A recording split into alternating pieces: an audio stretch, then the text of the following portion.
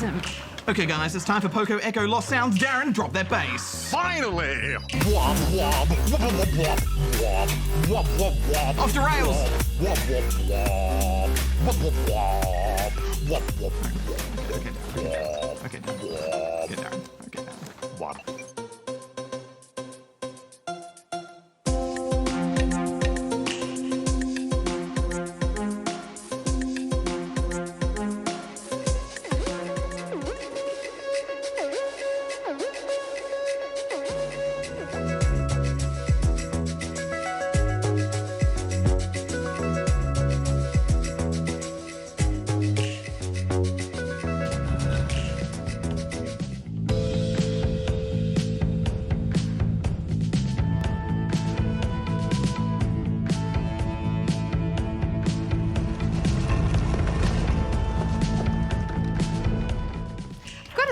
Poco Eco, the character, kind of reminds me of you, Darren. I mean, he's very angular and he really loves his music. And it's when he discovers a magic music player that his journey begins.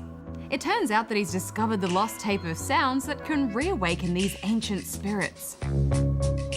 You're right that Darren does look a bit like Poco Eco, but he's not quite as intelligent as me? Well, I'm not surprised. I don't like to brag, but my upgraded CPU transfers data faster than light. No, Darren, what I'm trying to say is that he's not as handsome as me? Well, thank you.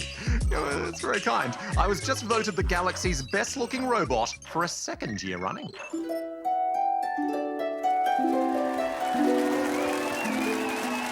Thank you. As the new Mr. Galaxy, I will work tirelessly to end all robot wars. Thank you.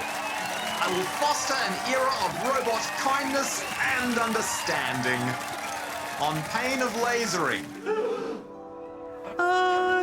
Yeah, that's great, Darren. What I was trying to say was, though, he's not quite as talkative as you. In fact, I don't think he says anything in the whole game. You look fabulous, by the way. Thanks. Thank you. Thanks. He wanders silently through the world, letting the music and the landscape steal the show. Yeah, the levels are so wonderfully creative, aren't they? From the glassy mountains to giant floating pyramids.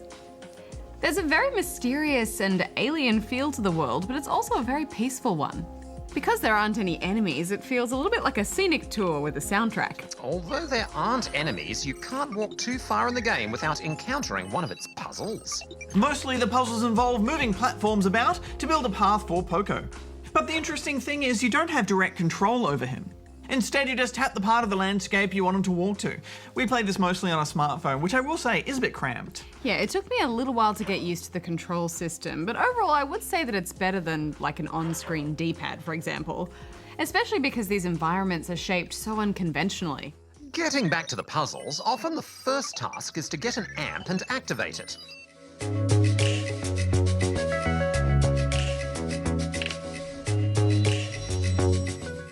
These amps generate power in each area, allowing you to walk onto buttons that shift platforms and staircases around.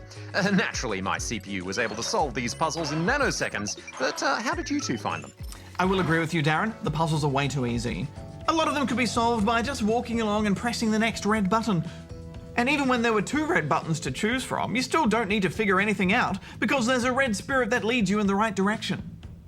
Where is the challenge? I think you're being a little bit unfair. I mean, I do agree that most of these puzzles are too easy, but I think that's because the game is going for more of a hypnotic, relaxing feel. And then later on in the game, the puzzles do get quite tricky.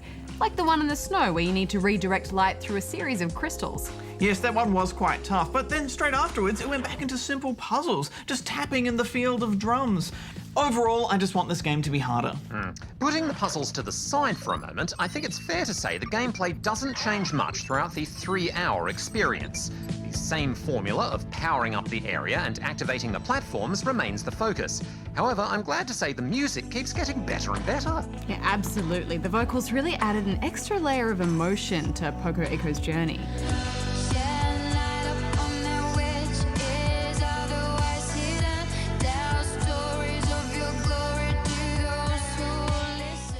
It may be be a brief adventure, but it's an experience I'm glad I got the chance to have. I'm giving it 3.5 out of 5 stars. There's a lot that I like in this game, but I do think those visuals and that wonderful music maybe came at the cost of good gameplay, so I'm giving it 2.5 out of 5 stars.